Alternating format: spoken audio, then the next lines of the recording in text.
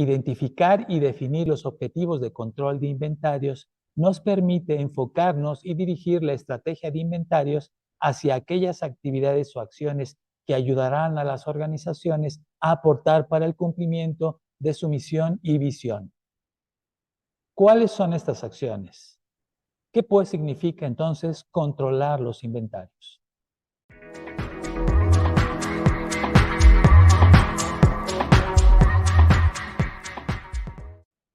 Independientemente del tipo o tipos de ambiente de manufacturas en los que la organización opere, los objetivos de control de inventarios buscan asegurar que 1. Permita dar soporte a la estrategia principal de la organización.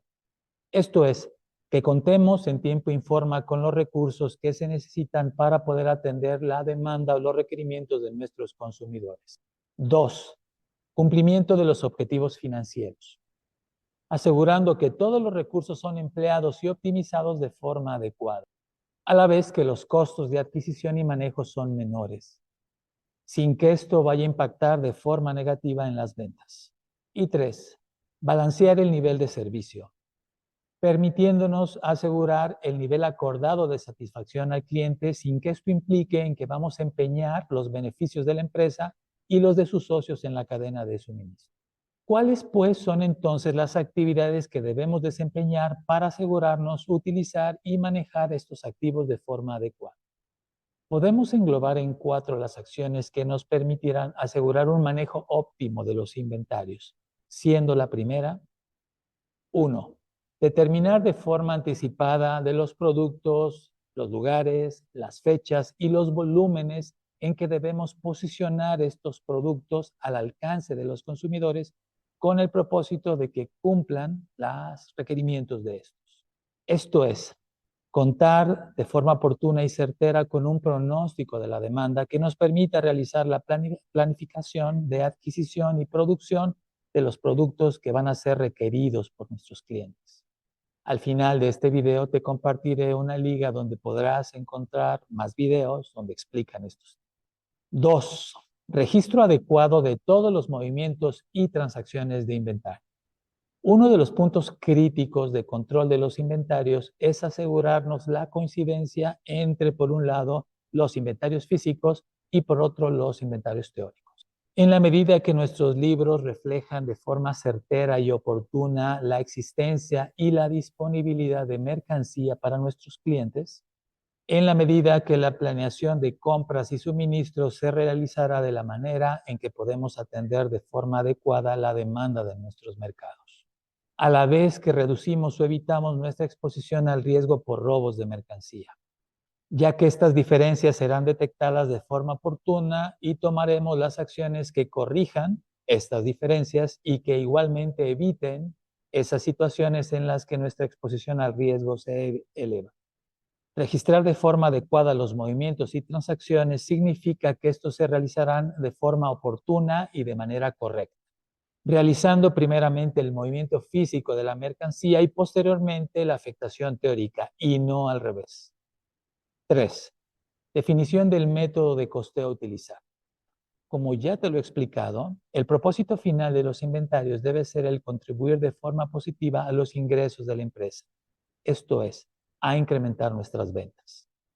Esto lo vamos a lograr cuando entregamos estos bienes a nuestros clientes y ellos pagan por estos, lo cual contablemente se va a reflejar cuando abonamos a nuestros inventarios por la mercancía que sale, a la vez que hacemos un cargo a nuestro costo de ventas. La definición del método de costeo a utilizar impactará, por lo tanto, en las utilidades que se generen, asimismo como en el valor de nuestro patrimonio.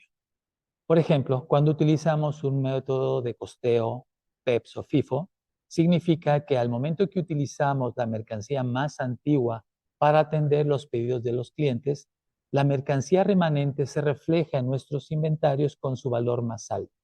El patrimonio, por lo tanto, se incrementa.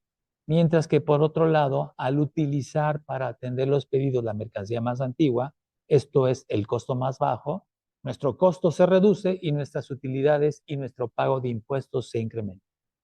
Mientras que por otro lado, si utilizamos un método de costeo promedios, de precios promedios, entonces ocasionará un efecto diferente, lo mismo que si utilizamos un método de costeo estándar.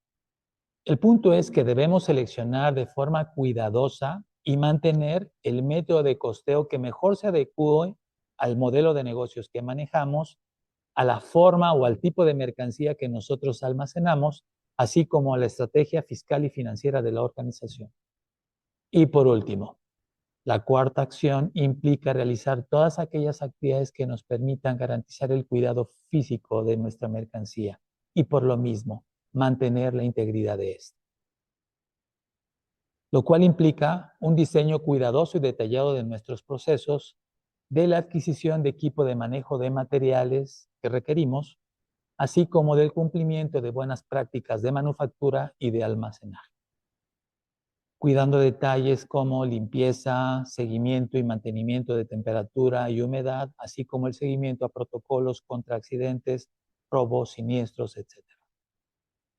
De la misma forma, implica también el diseño y seguimiento de todos los controles documentales que necesitemos para asegurar los 3 puntos anteriores.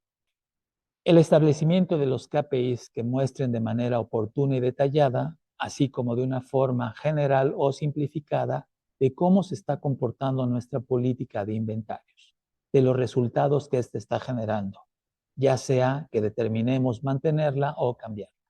Por lo que sí es posible lograr que una actividad tan compleja como lo es el control de los inventarios pueda ayudarnos a cumplir el objetivo de estos, pero únicamente a través de una correcta planificación y una adecuada disciplina en el manejo de este recurso.